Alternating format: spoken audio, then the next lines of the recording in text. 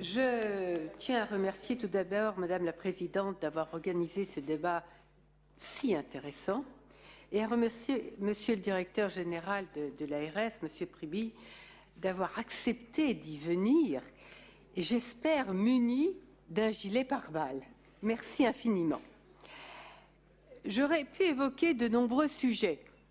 La protection sociale et le pacte républicain issu du Conseil national de la résistance, la démographie de la population ou la démographie des acteurs de la santé, la prévention, l'environnement, l'e-santé, l'e-médecine, les flux de patients dans les hôpitaux.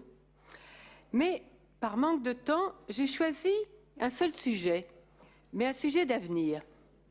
Les équipes de santé de proximité, la gradation des soins et les nouveaux métiers.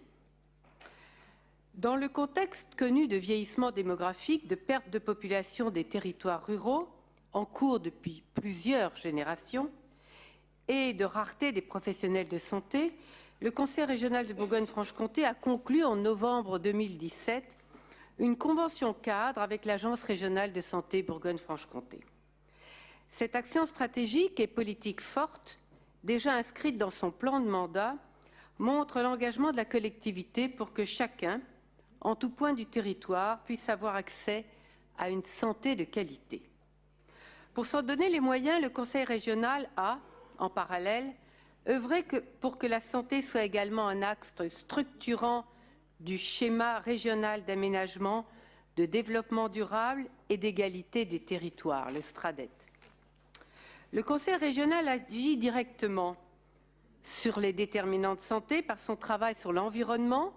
Il est copilote du programme régional de santé environnement 3, les transports, la transition énergétique ou encore la qualité et l'offre de logement.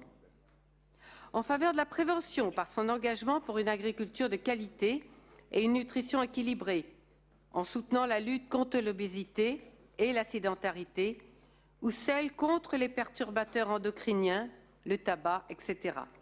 En favorisant les dépistages par l'aide à l'acquisition de matériel de dépistage. Il déploie une offre de formation des professionnels de santé en relation avec les universités, les instituts et l'éducation nationale. Dans ce cadre, il est souhaitable que se mettent en place des formations aux nouveaux métiers, permettant de déployer sur le territoire des équipes de santé de proximité, répondant aux soins de premier secours et sachant orienter et alerter si besoin. Infirmiers en pratique avancée, par exemple. Conformément à la loi de financement de la sécurité sociale pour 2018, il serait également intéressant d'expérimenter sur notre territoire les nouvelles missions des pharmaciens, sages-femmes, infirmiers. En relation avec le maillage territorial de l'ARS, le Conseil régional cofinance l'investissement des maisons de santé pluridisciplinaires, une centaine dans la région. Ce financement pourrait être conditionné à la participation des professionnels dans des réseaux de santé de proximité ou des réseaux spécialisés.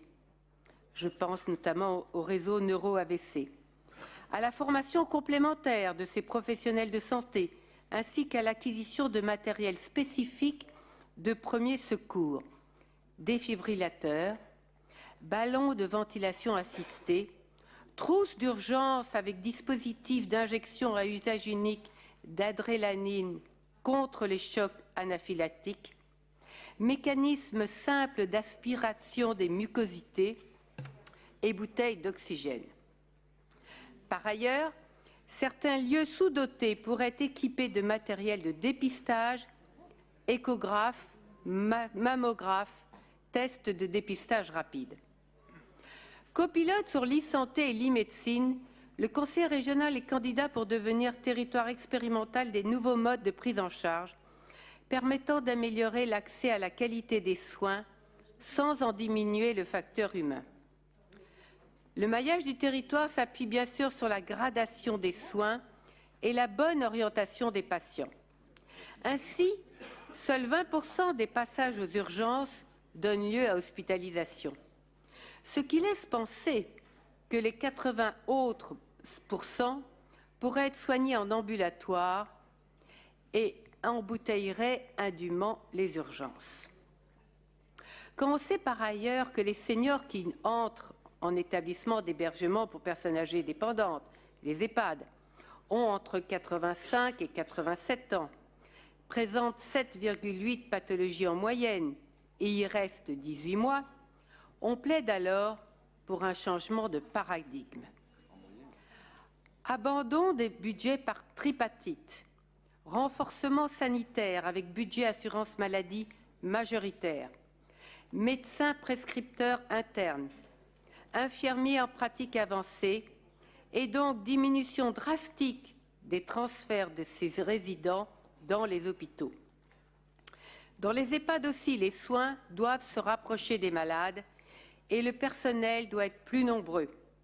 Réclamons une revalorisation des métiers de nursing. Nos territoires sont variés, des plaines aux montagnes, de la métropole aux territoires très ruraux, en passant par les villes pôles d'équilibre territorial. Sachons faire preuve d'imagination pour répondre aux besoins réels de la population et inscrivons cela dans les contrats locaux de santé conclus entre l'ARS et les collectivités territoriales. Notre feuille de route est d'accompagner la transformation du système pour une meilleure santé pour tous.